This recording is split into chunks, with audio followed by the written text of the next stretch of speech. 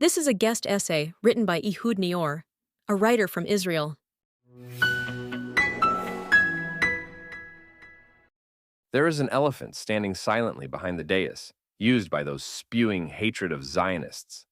It is a clown elephant, making faces at the crowd, unseen by the speaker, but known by the speaker to be there, because it is always there, the product of an ancient memory, possessing an bottomless memory of its own. The crowd of Jew haters pretend to be listening to the speaker. Their gaze is upon the speaker. But there, off to the side, flapping its ears, is the source of the know-it-all smirk on their faces, those flapping ears in lieu of a flashing neon sign advertising, "The Jew, the Jew, the Jew." What is the secret knowledge possessed by this ancient members-only club? A giddy self-knowledge that finds its expression in an ecstatic bloodlust against the Jews? It is not difficult to understand, and it is not simple to understand. It is not to be understood. Point at it while crying out, "Injustice!" and it mutates before your very eyes, again with a smirk, leaving you pointing at the ether, now crying, "It was there just a minute ago," as the screams of slaughtered Jews reach you from the house next door. Anti-Semitism, so-called anti-Zionism, and simple Jew hatred are not rational concepts. They are not irrational either. They do not belong to the realm even of conscious thought.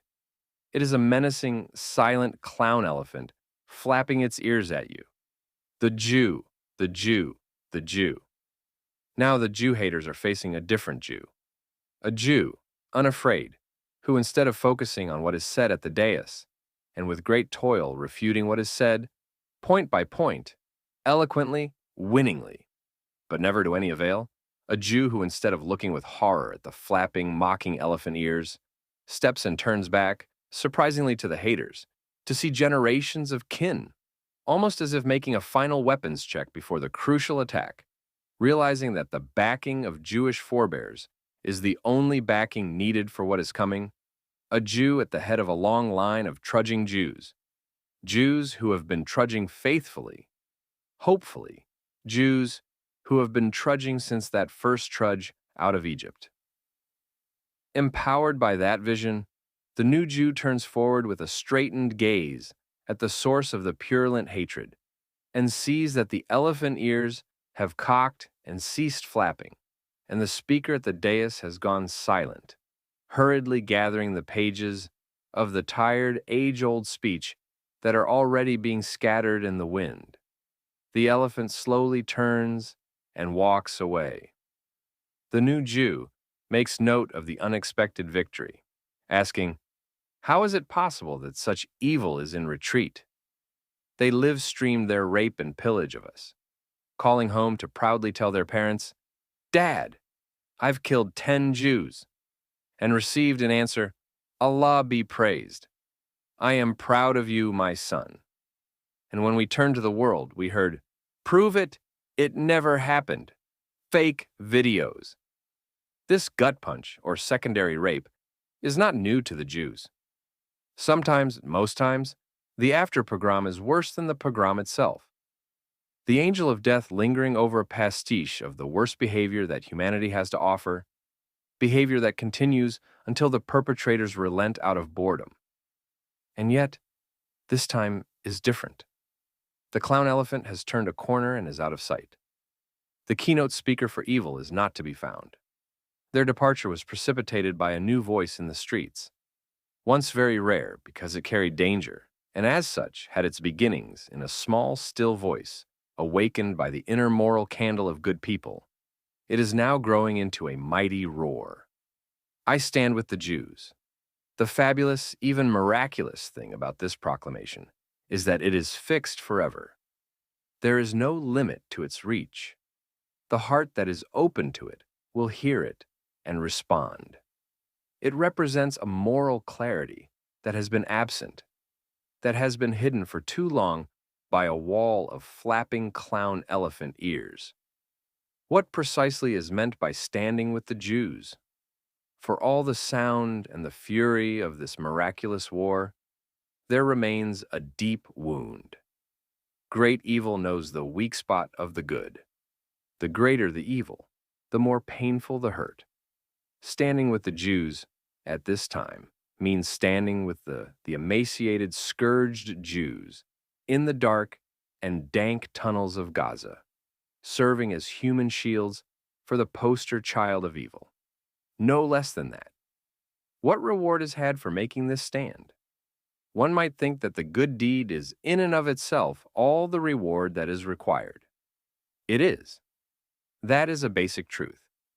But it seems that in addition to the reward of a good deed being the good deed accomplished itself, there's a widening of horizons and deepening of understanding of what it is for which we take a stand. How so?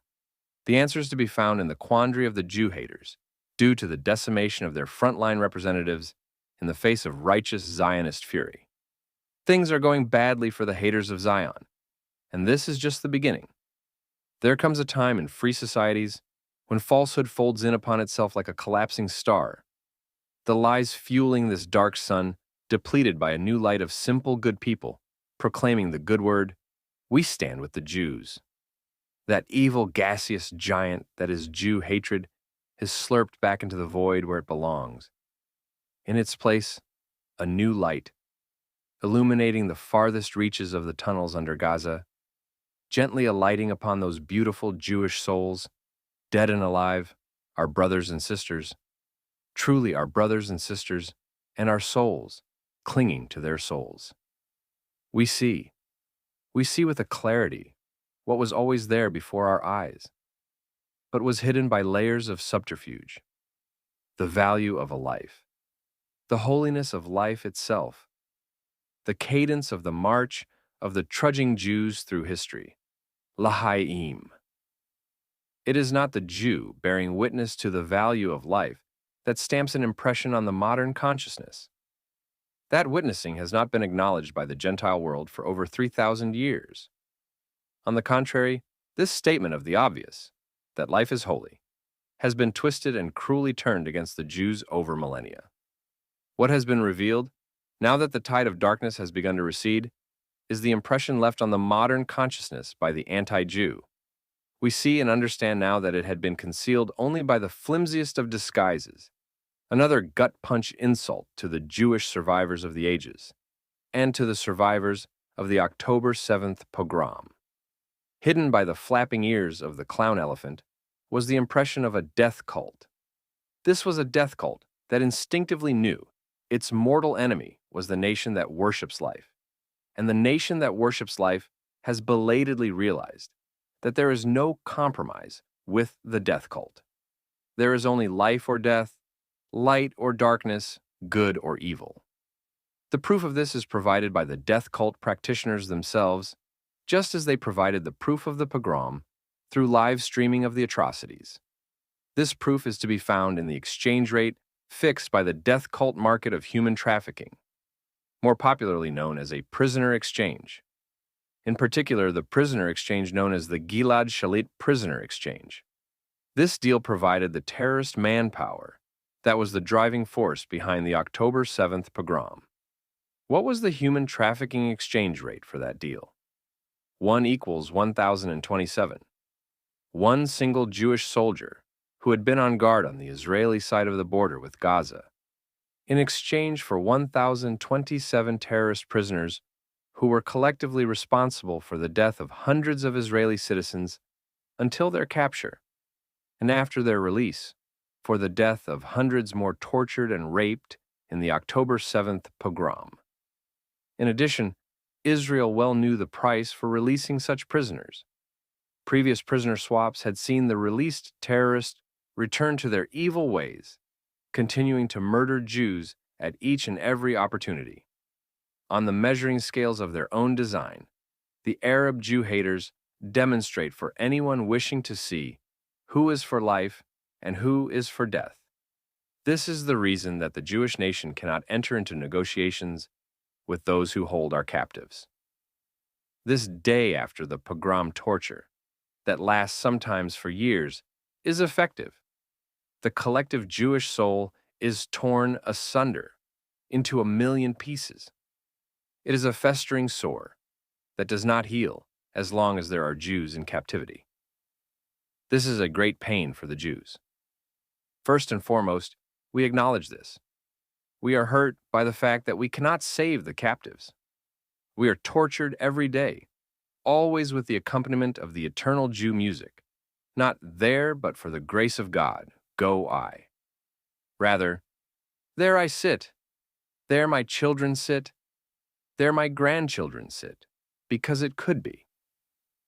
So we are left, believing Jews and non-believing Jews alike, with a new kind of prayer, one that projects the essence of our own souls into those terrible tunnels of hate and death, searching out and finally finding the kindred souls of our captive brothers and sisters, to give solace, to embrace, and when the fire comes, to whisper in their ears the Jewish message of love, of light, of life.